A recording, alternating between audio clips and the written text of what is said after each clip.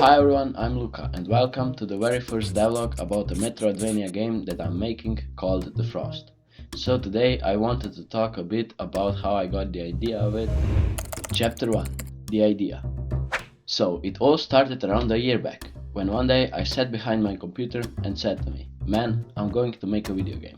And since I already had some experience with Unity at the time, I immediately dived into it. I always liked the blue and yellow color palettes, so I thought, why not making a game where fire and ice are fighting each other? And that was when the idea was born. It was simple: make a short 2D action platformer when you play as a sun god fighting against an evil snow god that took over the world. I was very motivated at the time and I got straight into it, but since that was one of my first games, I had no idea on how to properly make them. And after 2 months of developing, I didn't have anything besides a really sloppy 2-minute long prototype. The problem was that I really sucked at making art, and I put huge amounts of time into it for it to still turn out bad. And not to mention that at the time my programming skills also weren't that good, so the game was very poorly made and designed. Chapter 2. The first quit. So after like 3 months of developing, I was scrolling through a game dev Discord server and I saw a post from a guy called Momo that he is searching for a team to work on a hobby project, and that seemed perfect for me since I was very tired of working on The Frost. So I contacted Momo and joined his team as a programmer, working on a 2D platformer roguelike game about a monkey fighting an evil organization that is trying to ruin the nature. Working on that game really opened my eyes, because it gave me a nice idea of how it is to work in a team, and I was able to only focus on programming, which suited me the best. But after like 2 months of working on that game, Momo got a job at the game dev studio and decided to abroad the project. And even though we didn't really make much, I am so grateful for being able to work on that, because it gave me a ton of experience with programming and also with how it feels to work in a team. Chapter 3. The second try.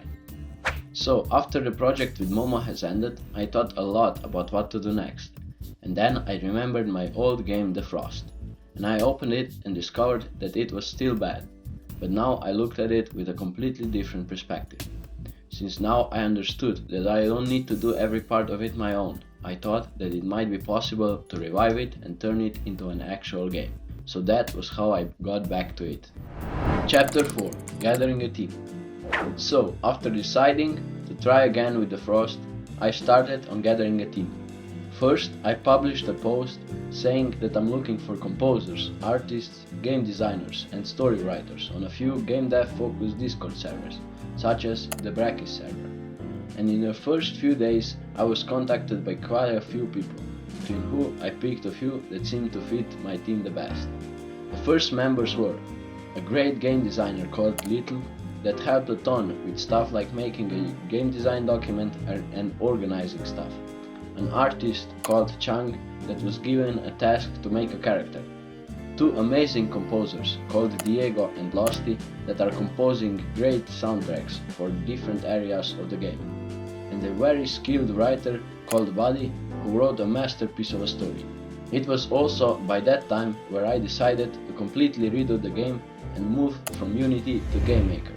Simply because when I was working with Momo, we worked in GameMaker, so I was a bit more comfortable with it at the time. And I also decided to turn it into a metroidvania, since I think that will fit the idea better. Chapter 5. First weeks. So, the first weeks of developing went great, since we were all very motivated and excited about the game. And we made progress very fast. In the first week, I made a very good character controller and a very good system for making enemies very fast, with almost minimal coding. I might talk about that in a separate video. And I had combat pretty much done at the time. With Little's help, I made a short game design document and developed a ton of ideas for bosses, areas, enemies, and features that the game will have.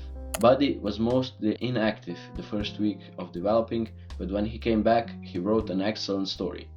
Composers also organized themselves, and each of them took responsibilities to make soundtracks for different areas. Chang also made a great character design and an idle animation, but when it came to the running animation, he said that he wouldn't do it. Chapter 6. Stop of progress. But then, after around 2 weeks, the progress suddenly stopped a bit. It was mostly due to art. Chang said that he can't do the animations anymore, since he was busy with school and stuff, and also I had no one to do art for the enemies and environment. So once again I went to search for people that would be down to do it. So I talked to a lot of people, but a lot of them either didn't want to work for free or were just scammers. But eventually I found two guys, one named Exhausting and other named Rayatsu. They both did great, with Exhausting taking responsibilities for making a tile set, and Rayatsu was given the responsibility to finish the character. They both did a little work, but after a while they both quit, due to them having work on other paid commissions. So I was back to searching for artists. Chapter 7. Progress continues. A few weeks later, I found two professional artists that kindly accepted to work on a game for a short period of time. Pat Pix and Lucas Not Dead, huge shout out to them. And they both did great.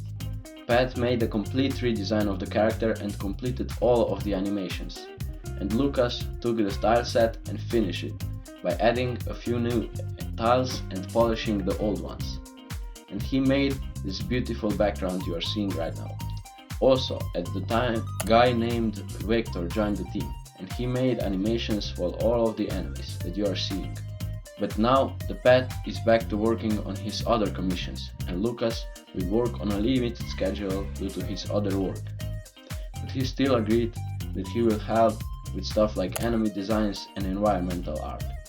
So at the moment, Victor is the only artist that will work full-time on this game. So currently I'm back to searching for anyone who would also like to join the team to help with art. Type in the comments if you know anyone. And now for the development side, we have done a lot of work on systems and mechanics. We have expanded the character controller, making it smooth, so now it feels very good to control it. We have also expanded the first test area into an actual 20-minute long demo, with an ability that lets you melt frozen doors and a gauntlet fight. I also worked a bit on a dialogue system, and so far I'm quite happy with the way it is turning out, even though I'll still need to polish it a lot. Meanwhile, another great artist called Easy joined, and he agreed that he will work on the UI for the game. But right now he is making the design for the start menu and the pause menu, and as you can see, he made a complete redesign of the HUD in the game, and it is great. And right now we are conducting a lot of playtesting to make sure that the combat, movement and level design feel right. Also, after that I will start working on the second area. That will be the first actual area. For that I'll also need quite a lot of different enemies, so I'll also be doing that. And in that area there will also be the first boss fight of the game. So I'm really looking forward to that, even though we will have to work a lot. So that ramps up the first devlog of this game. I hope you enjoyed it. Please leave a like and comment your ideas. Please subscribe. Peace out, and I'll see you guys in the next video. Bye.